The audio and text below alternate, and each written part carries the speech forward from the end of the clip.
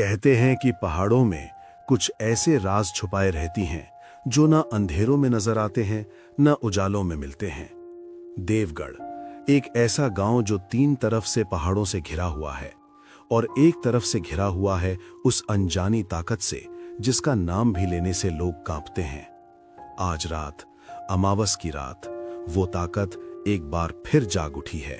अर्जुन, सोनू, भगवान का शुक्र है तुम आ गए। दरवाजा बंद करो जल्दी। प्रधान जी, क्या हुआ? इतनी रात में यहाँ अकेले बैठे हो? गांव में सन्नाटा क्यों है? बेटा, आज अमावस है। आज रात गांव का हर आदमी अपने घर में बंद है और होना भी चाहिए। तुम्हें किसी ने बताया नहीं था? अरे प्रधान जी, मैं शहर से आया हूँ, इन चीजों का क्या पता। ये सब अंधविश्वास ही तो है। बेटा, जो अंधविश्वास समझ के आया था वो वापस नहीं गया। सुनो मेरी बात, आज रात सिर्फ एक नियम है। रात के 8 बजे के बाद कोई भी घर का दरवाजा नहीं खोलेगा। ना तुम्हारी माँ बुलाए, ना तुम्हारा भाई, कोई भी नहीं, समझे?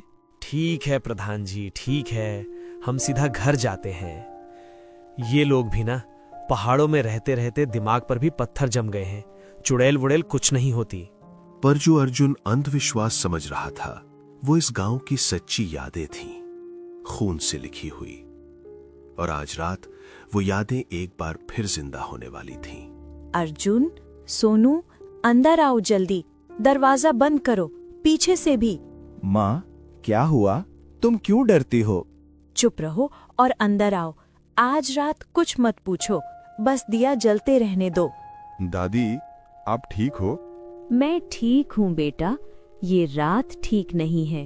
दादी, ये सब क्या है? गांव में इतना डर क्यों है? बैठ जा अर्जुन, आज रात की कहानी सीधा दर्द की जुबान में बोलूंगी, इसलिए ध्यान से सुनना। जब मैं नई नवेली बहू थी इस गांव में, तब भी एक अमावस आई थी, बिल्कुल ऐसी ही। कोहरा इतना घना था कि एक हाथ आगे भी नहीं दिखता था। और उस रात गांव के सबसे ताकतवर आदमी ने भी अपना दरवाजा खोला, बस एक बार। फिर क्या हुआ दादी? फिर वो आदमी कभी नहीं मिला। सुबह सिर्फ उसकी चप्पलें मिली थी दरवाजे के बाहर और एक अजीब सी गंध, जैसे पुराने पातों की सड़ी हुई लकड़ी। दादी, वो किसी और वजह से भी गायब हो सकता था। पहाड़ों में अक्सर लोग रास्ता भटक जाते हैं।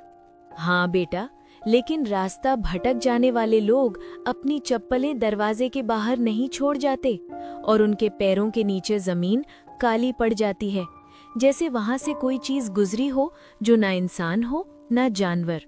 वो चुड़ैल वो सिर्फ रात में नहीं आती, वो पहले सुनाई देती है, किसी प्यारे की आवाज में। माँ, बहन, पत्नी, जो भी तुम्हारे दिल के सबसे करीब हो, उसी की आवाज में वो तुम्हें बुलाती है। और जब तुम दरवाजा खोल दो, तब तुम खुद ही उसकी तरफ चले जाते हो। पर दादी, हम पहचान क्यों नहीं पाते? क्योंकि बेटा, डर में इंसान सिर्फ वो सुनता है जो सुनना चाहता है, और वो चुड़ैल यही जानती है। इसलिए आज रात चाहे कुछ भी हो जाए, दरवाजा मत खोलना। चाहे बाहर से आवाज आए, चाहे कोई गिल्टी कराए, चाहे कोई तड़पे, दरवाजा मत खोलना। दादी, आप ज्यादा सोच रही हो। आज रात कुछ नहीं होगा। भगवान करे तुम सही हो बेटा, भगवान करे। पुजारी जी, आज हवा मुझे सही नहीं लग रहा।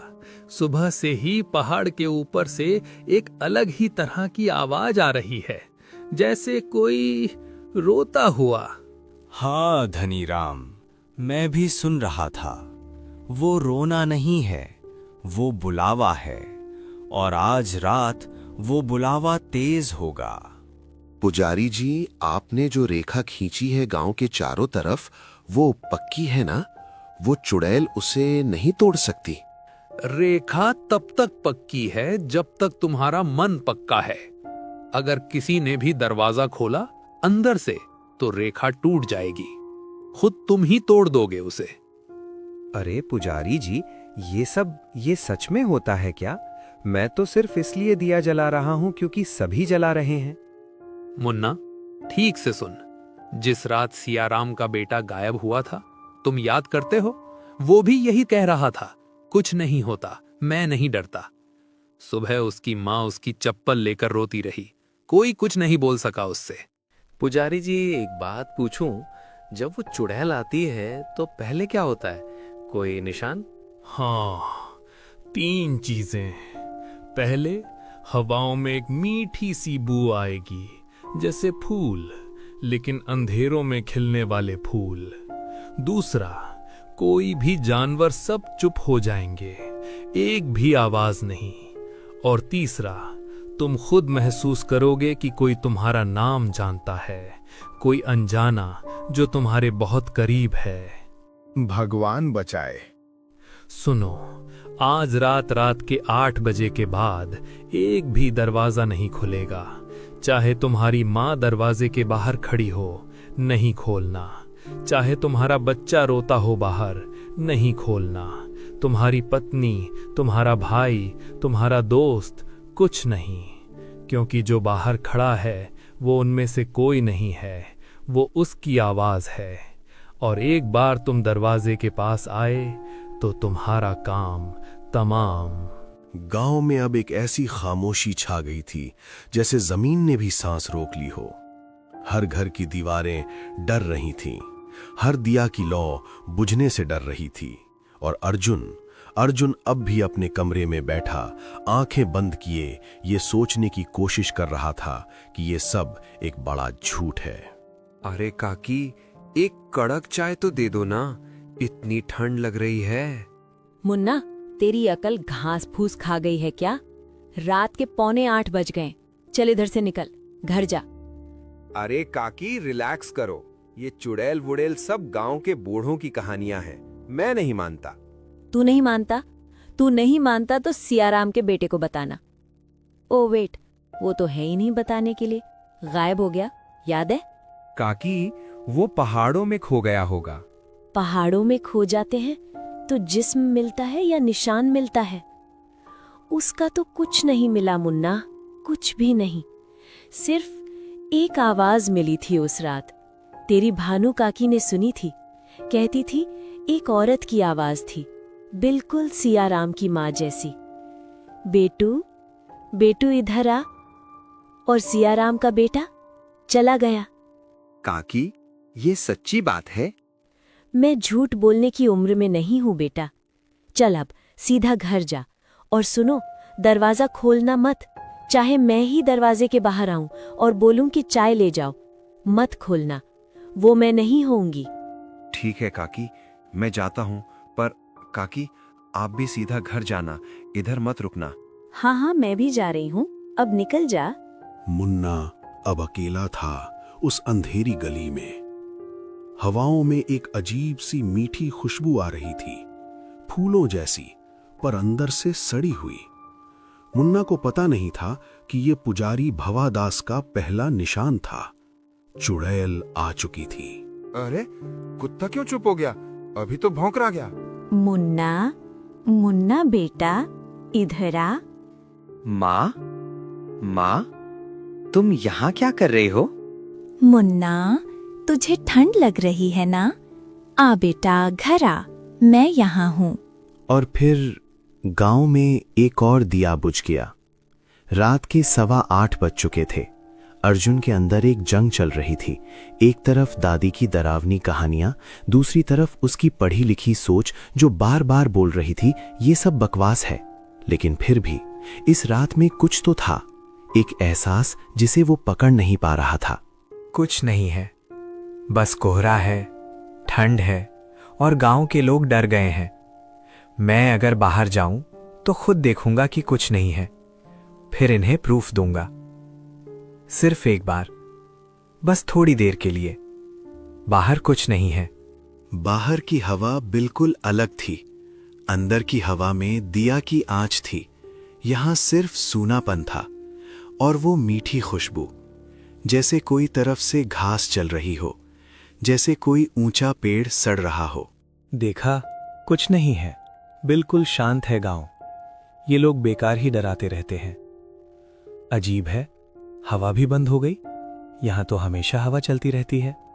यही वो पल था जब अर्जुन को पुजारी जी की बात याद आनी चाहिए थी।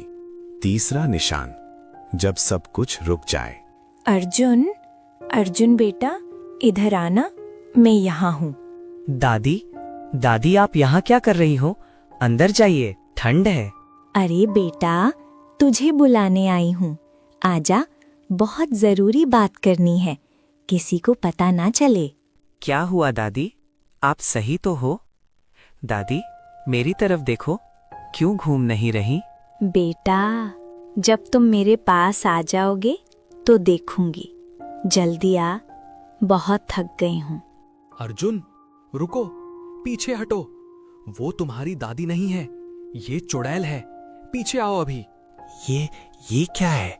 हम खुद आए थे मेरे पास अर्जुन, तुमने खुद कहा था कि मैं नहीं होती, तो आज देखो मैं हूँ, मैं हमेशा थी। अर्जुन भागो, अंदर जाओ अभी। तुझसे नहीं रुका मुझे, मैं वापस आऊंगी। इन्हें कोई नहीं बचा सकता, ये गांव मेरा है। जा, इस गांव में तेरी जगह नहीं है। देवगढ़ के हर घर का दिया आज रात बुझा नहीं, तू यहाँ नहीं रह सकती। जा। वो सच में थी, वो सच में। हाँ बेटा, सच में थी। और अगर मैं 2 मिनट लेट आता।